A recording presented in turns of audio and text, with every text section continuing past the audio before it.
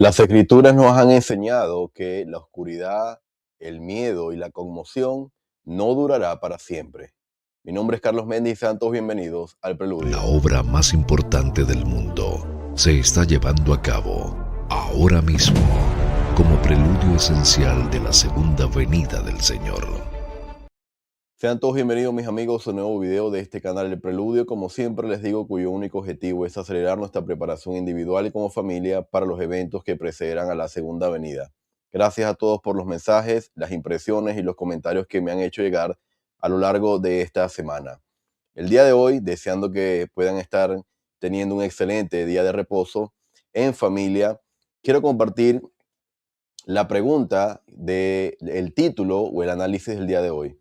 Y es esta: ¿qué nos enseña la arboleda sagrada sobre los últimos días? Voy a leer varias escrituras, voy a centrarme en palabras de profetas recientes, voy a hacer prácticamente un paralelo entre lo que ocurrió en este evento de inicio que inició la restauración del Evangelio de Jesucristo por última vez y esta última dispensación en la arboleda sagrada. Para comenzar voy a hacerlo, hermanos, leyendo algo que es sumamente importante destacar antes de entrar directamente en el análisis. El presidente Russell M. Nelson, en su mensaje de escúchalo, dijo lo siguiente en abril del 2020. Cada vez que él ha presentado a su hijo unigénito a seres mortales en la tierra, lo ha hecho usando muy pocas palabras. En el monte de la transfiguración, Dios dijo a Pedro, Santiago y Juan: este es mi hijo amado, a él oíd. Sus palabras a los nefitas en la antigua ciudad de la abundancia fueron: he aquí a mi hijo amado, en quien me complazco, en quien he glorificado mi nombre, a él oí. Y a José Smith, en esa declaración profunda que dio inicio a esta dispensación, Dios dijo con sencillez: este es mi hijo amado, escúchalo. El presidente Nelson nos menciona tres casos particulares y especiales de las Escrituras y luego agregó lo siguiente: ahora, queridos hermanos y hermanas, consideren el hecho de que en estos tres casos que acabo de mencionar, justo antes de que el Padre presentara a su Hijo, las personas allí presentes se hallaban en un estado de temor y hasta cierto punto de desesperación. Hermanos, justo antes de que el Padre presentara a su Hijo, en estos tres eventos, en estos tres casos especiales y particulares, había un ambiente de temor, desesperación y, podemos decirlo así, de caos, de confusión. Y hermanos, yo me decido a hacer esta presentación porque justamente esto es lo que estamos viviendo justo antes de la segunda venida. Así como los nefitas, así como en el monte de la transfiguración, así como el profeta José Smith, justo antes, así como ellos, estamos viviendo un ambiente de temor, de miedo, de desesperación, de conmoción, preocupación e incertidumbre por el futuro. Pero esto, hermanos, no solamente lo estamos viviendo nosotros de manera particular y especial, no, sino que en dispensaciones anteriores esto siempre ha ocurrido. Y ahora, hermanos, para adentrarnos en la experiencia del joven José en 1820, voy a leer lo que él vivió. José, mi historia, voy a leer los tres versículos 14 al 16. Dice lo siguiente: por consiguiente, de acuerdo con esta resolución mía de recurrir a Dios, me retiré al bosque para hacer la prueba. Fue por la mañana de un día hermoso y despejado, a principios de la primavera de 1820. Era la primera vez en mi vida que hacía tal intento, porque en medio de toda mi ansiedad, hasta ahora no había procurado orar vocalmente. Hermanos, fíjense esto: en medio de su ansiedad por descubrir, por conocer la verdad, después de haber leído esa escritura, hasta ese momento, hermanos, él no había procurado orar vocalmente. Es decir, hermanos, cuando él hace el intento de orar vocalmente, es decir, no en silencio, sino levantar la voz, modular una oración al Padre, Hermanos, ahí ocurre todo. ¿Qué me deja claro esta experiencia? Sumamente, especialmente o específicamente esta frase, orar vocalmente. Que efectivamente, hermanos, orar en voz alta tiene mucho poder. Sí, el pueblo de Amón en el libro de Mormón no podía orar en voz alta. Sin embargo, ellos lo hicieron en su corazón. Y está bien, el Señor los escuchó, porque las condiciones les impedían orar vocalmente. Pero más recientemente, el presidente hasta ese momento del Quórum de los 12, Jeffrey R. Holland, en su mensaje de abril del 2024, dijo: nuestras oraciones deben ser en voz alta cuando tengamos privacidad para ofrecerlas de ese modo. Así que, hermanos, un elemento poderoso y que desencadenó la ira de Satanás es que la oración del joven José Smith no fue en silencio, no fue en su mente, no fue en su corazón, fue vocalmente. Y este es un elemento, hermanos, que implica poder. Continuando con el relato, dice lo siguiente: después de apartarme al lugar que previamente había designado, mirando a mi derredor y encontrándome solo, me arrodillé y empecé a elevar a Dios el deseo de mi corazón. Apenas, fíjense esta palabra, apenas lo hube hecho, cuando súbitamente se apoderó de mí una fuerza que me dominó por completo y surtió tan asombrosa influencia en mí que se me trabó la lengua, de modo que no pude hablar. Una densa oscuridad se formó alrededor de mí y por un momento me pareció que estaba destinado a una destrucción repentina. Mas esforzándome con todo mi aliento por pedirle a Dios que me librara del poder de este enemigo que se había apoderado de mí, y en el momento en que estaba para hundirme en la desesperación y entregarme a la destrucción, no a una ruina imaginaria, sino al poder de un ser efectivo del mundo invisible que ejercía una fuerza tan asombrosa como yo nunca había sentido en ningún otro ser. Precisamente en este momento de tan grande alarma, vi una columna de luz, más brillante que el sol, directamente arriba de mi cabeza, y esta luz gradualmente descendió hasta descansar sobre mí. Hermanos, en esta parte del relato quiero destacar un elemento en medio de toda la conmoción, el miedo, el terror, la lucha espiritual que estaba teniendo el joven José Smith. Recordarán, no era un adulto, hermanos, era un joven de 14 años. Imaginemos el miedo que tuvo que haber sentido en ese momento que se estaba librando literalmente, hermanos, una batalla espiritual. Dice, precisamente en ese momento, él ve lo que describe posteriormente como una columna de luz. Hermanos, esto es un mensaje claro para nosotros en preparación para la segunda venida. Es posible que nosotros hoy estemos atravesando situaciones muy difíciles, adversas, con familiares, situaciones con salud, situaciones con la rebeldía de un hijo o una hija, situaciones de apatía, situaciones de dificultad con algún miembro de la iglesia, con un llamamiento, de desempleo, incertidumbre por el futuro. Cualquiera que sea la situación adversa, hermanos, que usted esté teniendo en la actualidad, hermanos, quiero que recuerde esta experiencia del joven José. Cuando todo parezca completamente oscuro, que usted sienta que va a sucumbir ante el enemigo, que usted sienta que literalmente la fuerza del enemigo lo va a batir, hermanos, precisamente en ese momento, hermanos, yo estoy seguro de que el Señor va a responder a su oración, a su súplica. Y hablando ahora de preparación para la segunda venida, cuando el mundo haya madurado lo suficientemente en la iniquidad, en la maldad, en la abominación, y pensemos como santos de los últimos días, que Satanás prácticamente que va a controlar para siempre los destinos de este mundo, de esta tierra, hermanos, precisamente en ese momento, el Salvador vendrá por segunda vez de manera literal como los profetas lo han predicho.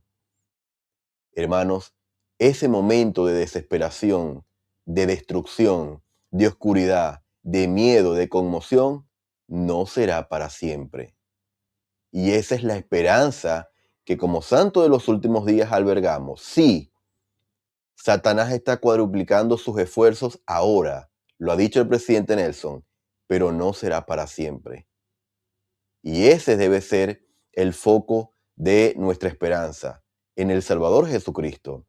Para describir un poco mejor lo que experimentó el joven José, en esta publicación del Centro de Estudios de BYU Jerusalén, de BYU mejor dicho, en su página web, hay muchos artículos bastante positivos y muy buenos de académicos de la iglesia y de BYU. En esta ocasión encontré el siguiente artículo hablando de la realidad de la fisicalidad de Satanás. Y dice algo que experimentó el joven José. José describe aquí lo que debió haber sido un encuentro aterrador e inimaginable. Entre otras cosas, señala que Satanás lo atrapó y lo dominó por completo. Afirma que Lucifer le ató la lengua para que no pudiera hablar ni gritar. En otro pasaje, José señaló que durante esta experiencia el diablo hizo que su lengua se hinchara y se le pegara al paladar. También habló de oír pasos claros que se acercaban a él al comenzar su oración, pero no pudo ver a Satanás. En un relato de la experiencia, el profeta señaló que durante toda la prueba fue tentado severamente con imágenes inapropiadas y su mente quedó sumida en dudas, todo por influencia del diablo. Hermanos, esto es parte de la experiencia de esa lucha, de esa batalla espiritual previa a la primera visión. Y esto, hermanos, es literalmente lo que estamos viendo y presenciando ahora. La maldad en su máxima expresión en todo ámbito. Lo estamos viendo actualmente. Y aquí, hermanos, es en donde entra la admonición urgente que recibió el presidente Jeffrey R. Holland y que nos las comunicó en esa conferencia de abril del 2024. Sin embargo, hermanos, una vez que fallece el presidente Jeffrey R. Holland, en su Facebook, el elder Neil Anderson, del 9 de enero del 2026, él comparte una publicación de una reunión de Family Search que tuvo junto al presidente Jeffrey R. Holland, y ahí él comparte de una manera más clara, ¿verdad? En video, esta experiencia que tuvo. Y voy a leer lo que dijo. He tenido una experiencia cercana a la muerte. Durante 4 semanas estuve en algún lugar entre este mundo y el venidero.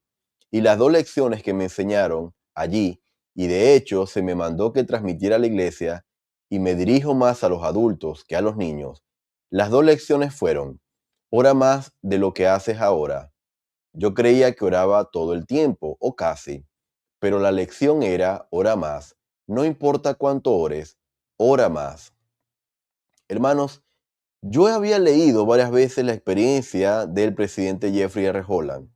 Sin embargo, hay un elemento que me llamó la atención nuevamente, que lo leo ahora y por eso lo comparto con ustedes. Él dice: 2 lecciones me enseñaron. En ese momento, del otro lado de este mundo, le enseñan 2 lecciones. Y podemos inferir que, bueno, es una experiencia o una enseñanza que estaba dirigida a él, a su ministerio, a su vida, algunos ajustes que debía hacer. Pero no. En este video particularmente, hermanos, dice con claridad: se me mandó, y dice, y de hecho, es decir, no solamente para él, se me mandó que transmitiera a la iglesia. Y hablo más a los adultos que a los niños. Se le mandó que transmitiera este mensaje, las 2 lecciones, a la iglesia. Es decir, hermanos, no era un mensaje solamente para él, era un mensaje para todos nosotros. No importa en cuántos sitios has orado hasta ahora, ora en más sitios. No importa las veces al día que hayas orado hasta ahora, ora más veces al día. Y empecé a entender de un modo sobrecogedor que en verdad era muy importante, que era muy significativo, que era muy literal el que Dios hubiera dicho, ora siempre. Yo creía que significaba, tómalo en serio. Y si es, tomárselo en serio. Y mucho más. Aquí hay otro elemento que yo no había pasado por alto, porque en el video él no dice específicamente de dónde extrae esta escritura o esta frase, ora siempre, pero dice que él con esta experiencia llegó a comprender de un modo literal el hecho de que Dios dijera, ora siempre. Hermanos, hice una búsqueda en las escrituras para encontrar la frase exacta, ora siempre. ¿En qué escrituras la encontramos? Y las referencias que encontré fueron tres, las tres en Doctrina y Convenios.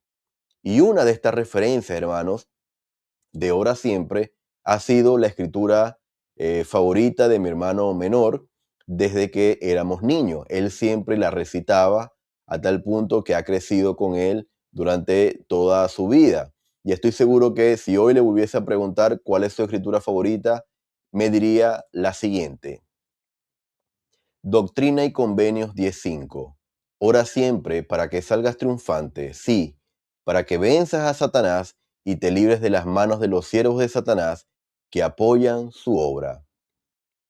Hermanos, cuando el presidente Jeffrey R. Holland dice que entendió la literalidad de la frase ora siempre, luego de esa experiencia, nosotros podemos asumir, hermanos, que el orar siempre implicaba, hermanos, que en este momento de oscuridad previo a la segunda venida, necesitamos más que nunca orar. ¿Por qué? Porque necesitamos, hermanos, si queremos, lo voy a reformular de una mejor manera. El Padre Celestial nos está diciendo en preparación para la segunda venida, hijo mío, hija mía, si quieres triunfar espiritualmente, como dijo el presidente Nelson, si quieres sobrevivir espiritualmente a estos días que estamos viviendo y a los venideros, debes orar siempre para que venzas a Satanás y dos, para que te libres de las manos de sus siervos que apoyan su obra. La única manera de que el joven José pudo librarse de Satanás y sus siervos es manteniéndose, orando, implorando a Dios. Entonces, hermanos, cuando el presidente Jeffrey R. Holland dijo, ahora comprendo por qué el Señor dijo, ora siempre. Y dijo, bueno, significa literalmente siempre, pero implica mucho más. Él continuó diciendo, y esto lo dijo en abril del 2024, si hubiera alguna ocasión en la que sintamos que no debemos orar, podemos estar seguros de que tal indecisión no viene de Dios. Entonces, hermanos, una de las maneras de que el adversario en estos últimos días busca silenciar la voz de los santos, la voz de los hijos de Dios, es a través de la apatía o literalmente la falta de deseo de orar al Señor o a nuestro Padre Celestial. Ahora, él continuó diciendo en este video que publica el Elder Anderson, entendí que es parte del apresuramiento de la obra, de la historia familiar y de todo lo demás en nuestra obra, la obra misional y todo lo demás. La otra lección era testificar, ser un testigo. No importa cuánto testifiquemos, testifiquemos más. No importa la cantidad de gente a la que le declaremos el Evangelio de Jesucristo, sea cual sea la cantidad, debe ser mayor. Y yo hice hace poco una pregunta en una publicación del canal en donde hacía básicamente alusión a esta experiencia y les consultaba cuáles fueron estas dos lecciones que recibió el presidente Jeffrey R. Holland. La mayoría acertó y dio la respuesta con respecto a estas dos lecciones. Una, orar más, y aquí encontramos la otra, testificar más, ser un testigo. Ser un testigo. Estas dos lecciones, hermanos, dijo el presidente Jeffrey R. Holland, son parte del apresuramiento. Y cuando él dice el apresuramiento, hermanos, no quiere decir que si yo oro más y que si yo testifico más, el Señor va a venir más rápido. El día, la hora, el momento de la segunda venida ya está fijado incluso antes de que la tierra fuese hecha. Así como esa estrella de Belén fue colocada ahí mucho antes de que el mundo fuese creado, hermanos, nosotros no vamos a acelerar su segunda venida. El Señor sabrá en qué momento volverá por segunda vez. Sin embargo, cuando se refiere, y así lo interpreto yo, a este apresuramiento de la obra, implica también, hermanos, que al orar más y al testificar más, estoy apresurando mi propia preparación espiritual. Y cuando habla del apresuramiento, implica también este fortalecimiento individual. Ahora, fíjense lo siguiente, hablando de ser testigos, en Doctrina y Convenio 76, los versículos 7, 8 y 79, dice lo siguiente, son cuerpos terrestres y no son cuerpos celestiales, y difieren en gloria como la luna difiere del sol. Estos son aquellos que no son valientes en el testimonio de Jesús, así que no obtienen la corona en el reino de nuestro Dios. En estos versículos, hermanos, encontramos cuál es la diferencia entre los que van a heredar un reino terrestre y los que van a heredar un reino celestial.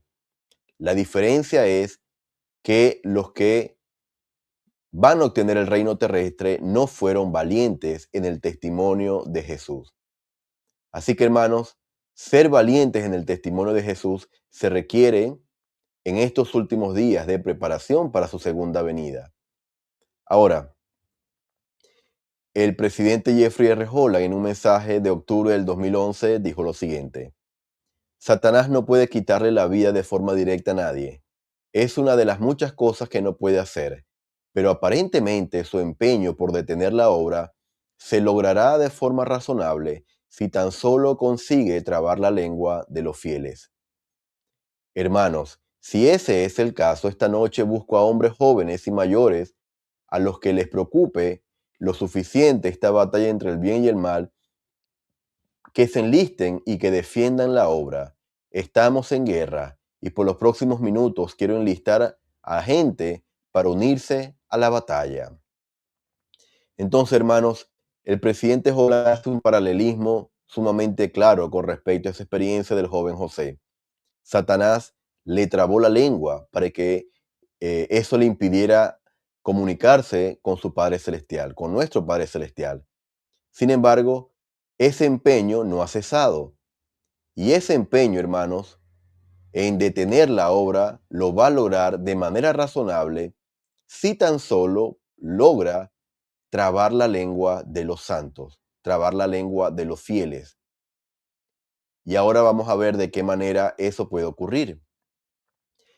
El elder máximo de Feo, en su mensaje Levántate, te llama, dijo lo siguiente: hermanos y hermanas, para mantener nuestra visión espiritual intacta, necesitamos decidir no escuchar las voces del mundo que nos rodea. En este mundo confuso y confundido, debemos permanecer fieles a lo que sabemos, fieles a nuestros convenios, fieles en guardar los mandamientos y reafirmar nuestras creencias con más fuerza. Debemos proclamar al mundo con más fuerza nuestro testimonio del Señor. Hoy en día hay muchas voces que tratan de que bajemos la voz como discípulos de Jesucristo. Las voces del mundo intentan silenciarnos, pero precisamente por eso debemos declarar nuestro testimonio del Salvador más alto y con más fuerza. Entre todas las voces del mundo, el Señor cuenta conmigo y con ustedes para que declaremos nuestro testimonio, levantemos nuestra voz y nos convirtamos en su voz. Si no lo hacemos nosotros, ¿quién testificará de Jesucristo? ¿Quién pronunciará su nombre y declarará su misión divina? Hermanos, y aquí hay algo que de verdad me encanta de la cita del elder máximo de Feo, y es que para mantener nuestra visión intacta, una visión espiritual intacta y poder ver lo que ocurre y lo que se está desarrollando a nuestro alrededor, esa majestuosidad de este momento de la que habló el presidente Nelson, hay algo que debemos hacer. Y dice, necesitamos decidir no escuchar las voces del mundo que nos rodea. Entonces, hermanos, es una decisión que debemos tomar. Ahora debemos decidir no escuchar esas voces. Hermanos, y aquí nos deja unas preguntas que nos ayudan a hacer un análisis individual. Si nosotros hemos hecho convenio con el Señor, no solamente en las aguas bautismales, sino en el templo, y nosotros precisamente somos los que nos callamos, no levantamos la voz ni siquiera para orar, ni siquiera para testificar de Él, ni siquiera para defender y ser valientes en el testimonio de Jesús. Si no lo hacemos nosotros, hermanos, ¿quién lo va a hacer? ¿Quién va a levantar la voz?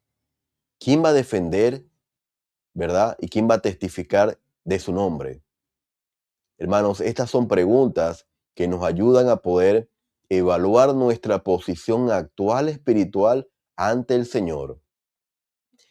Y hay algo que quiero destacar, hermanos, de la experiencia del joven José. En el versículo 16 que leímos recientemente dice, esforzándome con todo mi aliento por pedirle a Dios que me librara del poder de este enemigo que se había apoderado de mí. La experiencia del joven José, hermanos, fue muy similar a lo que ocurrió con un profeta conocido por todos, Moisés. En Moisés 1:20, de hecho, la referencia de José es mi historia 1:16 nos lleva a Moisés 1:20 y dice, empezó a temer grandemente y al comenzar a temer, vio la amargura del infierno. No obstante, clamando a Dios, recibió fuerza. Hermanos, en estos dos versículos hay un elemento común. Antes de que viniera la fuerza, en el caso de Moisés, antes de que apareciera el Padre y el Hijo en una columna de luz, en el caso del joven José Smith, ocurrió algo y dice el joven José, esforzándome con todo mi aliento. Implicaba un esfuerzo consciente, un esfuerzo desesperado por salir de esa situación en la que se encontraba. Dice en el relato de Moisés que él ya había comenzado a temer y vio la amargura del infierno. Y hay una frase poderosa, no obstante, es decir, a pesar de eso que estaba viviendo, de ese temor, de ver la amargura del infierno, él clamó a Dios. ¿Qué nos quiere decir estos dos versículos, hermanos? Que en este proceso de preparación para la segunda venida, a pesar de la oscuridad y de todo lo que está aconteciendo a nuestro alrededor, a pesar incluso de que Satanás está cuadriplicando sus esfuerzos por detener la obra y está armando a sus secuaces, hermanos, nosotros debemos decidir de manera consciente, como el joven José y como Moisés, seguir orando y hacerlo más de lo que lo hemos hecho antes.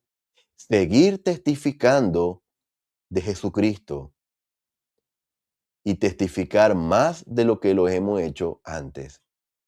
Hermanos, estas dos lecciones no fueron enseñadas al presidente Jeffrey R. Holland al azar. Son advertencias proféticas y herramientas de preparación para estos días que estamos viviendo, que son días de oscuridad, conmoción. Sin embargo, también son días majestuosos, porque estamos viendo en primera fila las mayores manifestaciones del poder de Dios que el mundo jamás haya visto. En preparación para su regreso, hermanos, continuemos orando más y testificando más de lo que hasta ahora lo hemos hecho.